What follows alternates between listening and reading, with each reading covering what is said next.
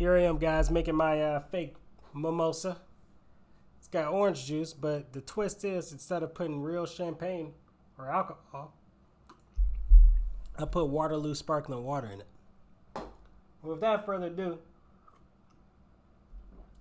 Sonic Team Head, it's Sonic Front, who, part of Sonic Frontiers, said that Sonic Frontiers and Breath of the Wild are not similar, which is funny. That's pretty funny to me.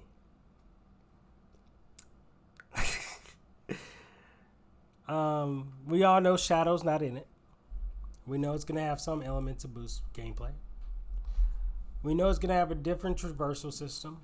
We know that fundamentally it's an open world game with some combat aspects. And I think they're right. It's probably not like Breath of the Wild. This is something completely different for Sonic. This is a Sonic thing. If anything, I would say that even the combat is similar to something like Kenna Bridge of Spirits. It looks like it's going to have a little challenge to it as the game goes on. So let's read this article. We just over a week to go until sorry about that. We've got just over a week to go until Sonic Frontiers is finally out. And in preparation for its release, Sonic Team Head Takashi Iizuka has sat down with Shack News to talk about what this open zone Sonic title would bring to the table. During the interview, the discussion soon turned to Coco, creatures that you can collect throughout the game. So that kind of reminds me of the little things you could collect in Kenna Bridge of Spirits. Like I said, this game reminds me of Kenna Bridge of Spirits, just with a different traversal, if anything else. And back when Sonic Frontiers was first revealed, many thought this new vision for Sonic was taking inspiration from Nintendo's massive open world game. But Iizuka suggests that aside from the freedom, the two are very different games. So, and rightfully so that he says that, because it kind of is. From the development team's perspective, they're going out and making an action game. So when they think about Breath of the Wild, they see Breath of the Wild definitely as a role-playing game. And it's not similar at all to the action game that they're making. There is the same element of freedom that has been applied to Breath of the Wild as a role-playing game.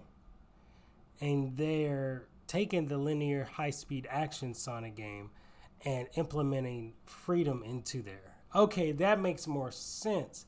I can rock with that, saying that it's sort of like a mixture of the two, that freedom, but at the same time still has that action 3D platformer, home and attack signature kind of gameplay with some boost mechanics that we know and love, just with some better traversal and travel. Because Sonic has been very clunky in the past boost games. Hate it or love it, it's true, and the levels are designed to avoid as much friction as possible. Iizuka immediately sets the two games apart by defining their genres. Sonic Frontiers, an action game, and Breath of the Wild, a role-playing game. Even though both games take an established franchise and pop their characters into a new, more open setting, they do enough differently to stand very separate. As a result, many fans spotted similarities between the two games with each new trailer, us included. Of course you did! But when we think about it, it is an open world game. Is it similar to Breath of the Wild? A lot of people on the Sonic team love Zelda series. They love Breath of the Wild. They've played it. But to them, they don't really see a similarity between the two games. The whole interview isn't just about Breath of the Wild comparisons. We all love to make, though.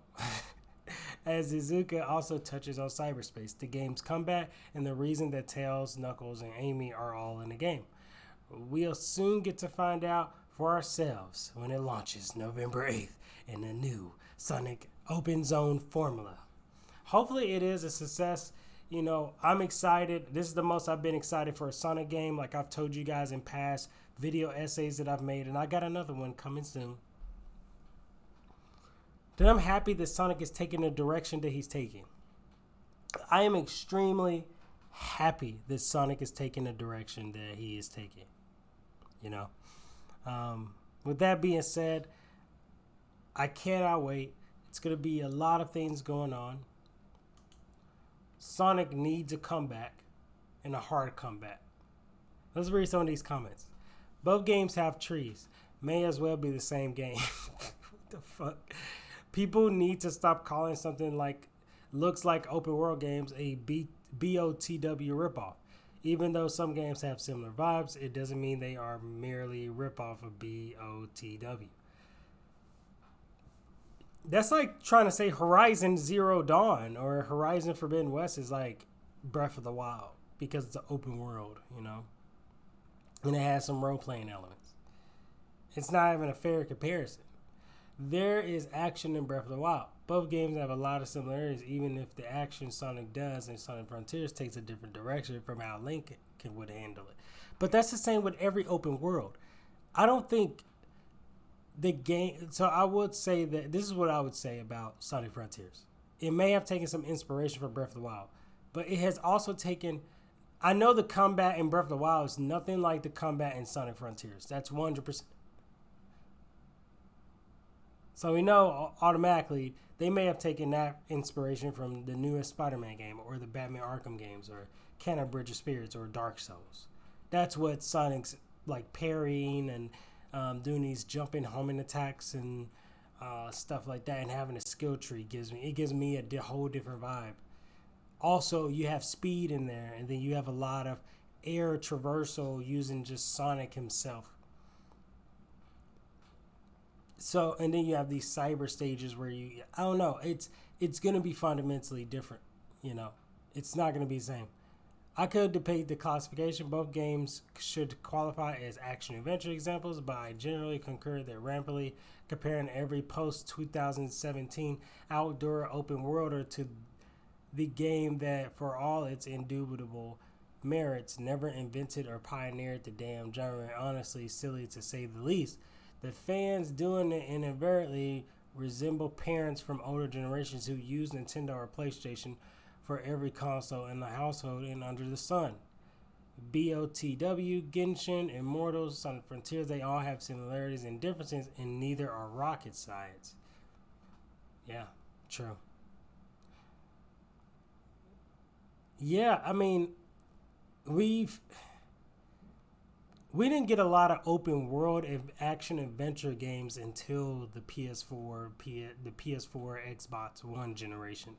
We had some, but it was very few and far between. Most of them were linear, maybe with some freedom.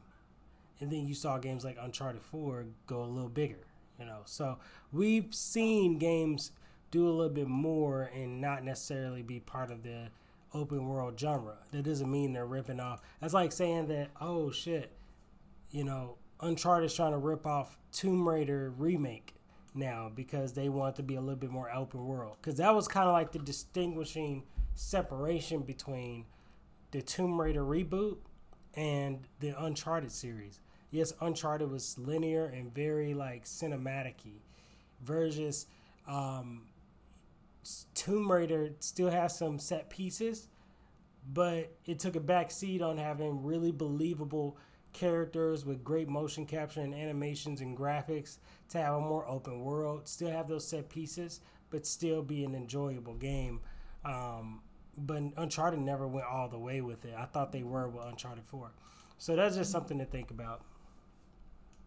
Anyways, I hope you guys enjoyed this video. Tell me what you think in the comments down below. Do you think that Sonic Frontiers is a ripoff of Breath of the Wild? I don't think so. Man, we're so close to the game's release. It's crazy. I pre-ordered it, so I'm happy.